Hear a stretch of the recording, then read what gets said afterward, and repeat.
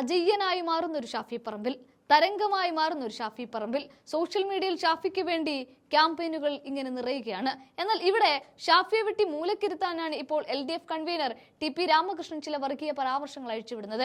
AK ബാലന്റെയും Saji ചെറിയാന്റെയും സാക്ഷാൽ മുഖ്യമന്ത്രി പിണറായി വിജയന്റെയും ഒക്കെ ഊഴം കഴിഞ്ഞ് അതിന് തൊട്ടു പിന്നാലെയാണ് ഇപ്പോൾ വടകരയിൽ ജനങ്ങളെ വിഭജിച്ചു നിർത്തുന്നു, ആ നാടിനെ അപകടകരമായ നിലയിലേക്ക് തള്ളിയിടാൻ ശ്രമം നടത്തുന്നു, അത് ഷാഫി പറമ്പിൽ വന്നതിനു ശേഷം മാത്രം സംഭവിച്ച കാര്യമാണ് എന്ന് പറഞ്ഞുകൊണ്ട് TP രാമകൃഷ്ണൻ എന്ന LDF കൺവീനർ രംഗത്തെത്തുന്നത്. സത്യത്തിൽ CPMന്റെ മുഖ്യമന്ത്രി മുഖമായ ഒരിക്കലും തോൽക്കില്ല എന്ന് കരുതിയ KK ശൈലജ ടീച്ചറെ പോലെ ഒരു കരുത്തുറ്റ മുതിർന്ന നേതാവിനെ തോൽപ്പിക്കാൻ ഒരു കാരണവശാലും ഷാഫിക്കാവില്ല എന്നൊരു വിശ്വാസം ഇടതുപക്ഷത്തിനുണ്ടായിരുന്നു. എന്നാൽ 2024 നടന്ന ലോക്സഭാ തെരഞ്ഞെടുപ്പിന്റെ ഫലം പുറത്തു വന്നപ്പോൾ സംഭവിച്ചത് മറ്റൊന്നാണ്. വിജയം ഷാഫിക്കൊപ്പമായിരുന്നു.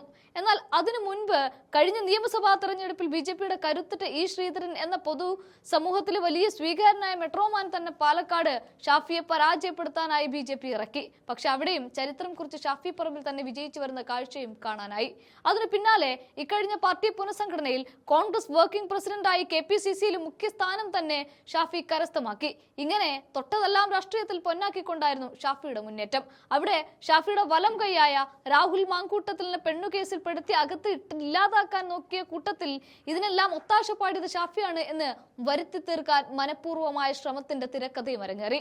വടകരയിൽ രാഹുൽ പോയ ഫ്ളാറ്റ് ഷാഫിയുടേതാണ് എന്ന തരത്തിൽ കഥകൾ പലതും മെനഞ്ഞു. പക്ഷേ കാര്യമൊന്നും ഉണ്ടായില്ല എന്ന് മാത്രമല്ല, രാഹുലിനെതിരെ പരാതി പ്രളയം അഴിച്ചുവിട്ട റിനി വരെ കഴിഞ്ഞ ദിവസം ഷാഫിക്ക് ജന്മദിന ആശംസകളുമായി വന്നത് സോഷ്യൽ മീഡിയയിൽ വൈറലായി മാറുകയും ചെയ്തു. അവിടേക്കാണ് വരാനിരിക്കുന്ന നിയമസഭാ തെരഞ്ഞെടുപ്പിൽ ഇപ്പോഴത്തെ KPCC പ്രസിഡന്റ് സണ്ണി ജോസഫ് മത്സരിച്ചാൽ അടുത്ത KPCC അധ്യക്ഷൻ ആര് എന്ന ചോദ്യം ഉയരുന്നത്. കൊടിക്കുന്നിൽ സുരേഷ്, ബെന്നി ബെഹനാൻ, മുതിർന്ന നേതാക്കളായ PJ കുര്യൻ, ജോസഫ് തുടങ്ങിയവരൊക്കെ വരുമോ എന്ന തരത്തിൽ അഭ്യൂഹങ്ങൾ അങ്ങനെ പരക്കുകയാണ്. എന്നാൽ അതിനിടയിൽ സമൂഹ മാധ്യമങ്ങളിൽ ഷാഫിക്കായി വലിയ ക്യാമ്പയിൻ തന്നെ അരങ്ങേറുന്നുണ്ട്. കോൺഗ്രസിനെ നയിക്കാൻ ഇനി ഷാഫി വരട്ടെ, ഷാഫിയുടെ കയ്യിൽ കോൺഗ്രസ് ഭദ്രം തുടങ്ങിയ വലിയ ക്യാമ്പയിനുകളാണ് നടക്കുന്നത്. എന്നാൽ ഇതൊക്കെ കണ്ട് ചൊരുക്കുമൂത്ത LDF കൺവീനർ TP രാമകൃഷ്ണൻ പറയുന്നത് വടകരയിൽ ജനങ്ങളെ വിഭജിച്ച് നിർത്തുകയാണ് ഷാഫി, ആ നാടിനെ അങ്ങനെ അപകടകരമായ നിലയിലേക്ക് തള്ളിയിടാൻ ശ്രമിക്കുകയാണ് ഷാഫി, അത് ഷാഫി പറമ്പിൽ വന്നതിന് മാത്രം സംഭവിച്ച കാര്യമാണ് എന്നൊക്കെ ഒരു ലോജിക്കും ഇല്ലാതെ അങ്ങ് തട്ടിവിടുകയാണ്. കേട്ടാൽ ആരും മൂക്കത്ത് വിരൽ വെച്ചു പോകുന്ന പ്രസ്താവനയാണ് നടത്തുന്നത്. ഒരു തെരഞ്ഞെടുപ്പ് അടുക്കാറാകുമ്പോൾ എന്തൊക്കെ കാണണം.